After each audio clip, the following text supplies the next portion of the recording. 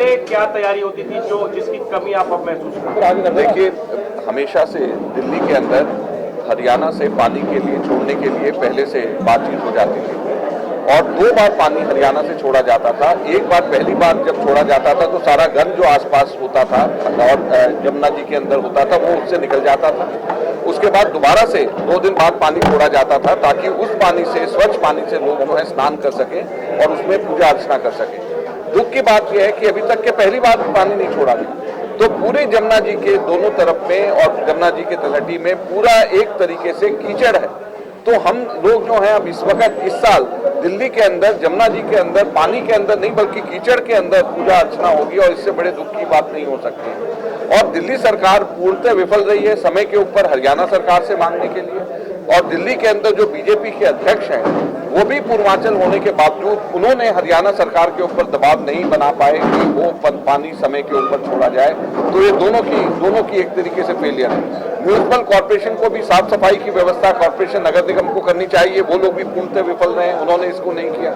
NGT के order, general orders थे construction बंद होने के, लेकिन इस बीच में कुछ ही समय के लिए, छठ के लिए वहां पे तालाब लोग अपने इलाकों के अंदर खोदते हैं और फिर उसके बाद वापस भर देते हैं। तो ये इसके लिए एक्सेप्शन के परमिशन के लिए कॉर्पोरेशन और दिल्ली सरकार को एनजीटी से स्पेशल परमिशन लेनी चाहिए थी, जो कि आराम से मिल जाती।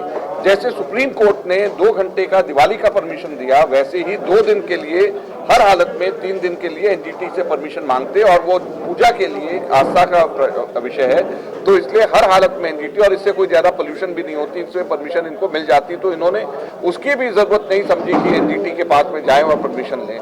तो ये सरकार की नीयत नहीं है।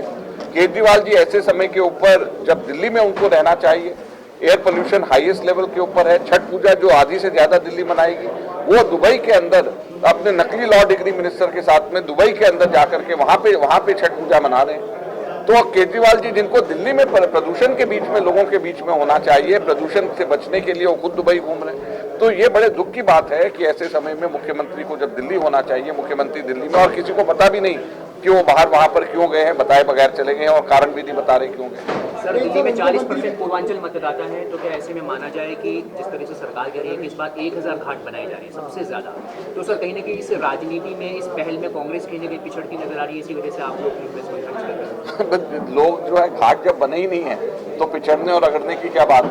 हमारे समय के ऊपर घाट बनते थे, उसमें पानी भी होता था। अब तो घाट भी नहीं है, पानी भी नहीं है, और उनको जो है ना घाट है, ना पानी है, ना वहां पर खुदाई की परमिशन है। बिजली के लिए हमेशा इससे पहले सरकार इन घाटों पे बिजली दिया करती थी, अब जो है इनको खुद अप्लाई करना पड़ रहा है। तो कौन पिछड़ रहा है, कौन रगड़ रहा है? सर, एक सवाल और है। नोटबंदी के 2 साल पूरे होने पर जो कल प्रदर्शन हुआ, उसमें कुछ नारे आपत्तिजनक लगे प्रधानमंत्री को लेकर के, तो प्रदेश अध्यक्ष हैं आप और नेतृत्व भी कल कर रहे थे, आप क्या टिप्पणी करेंगे इस तरीके के जो नारे? देखिए, नारे जो हैं वो हमारे कार्यकर्ताओं ने लगाए हैं, और मैं समझता हूं कि यह कार्यकर्ता ही नहीं, ये जनता की भावना है जो नारे लगे। लेकिन कुछ आपत्तिजनक उसमें कैसे? वो जनता की भावना है। Thank you.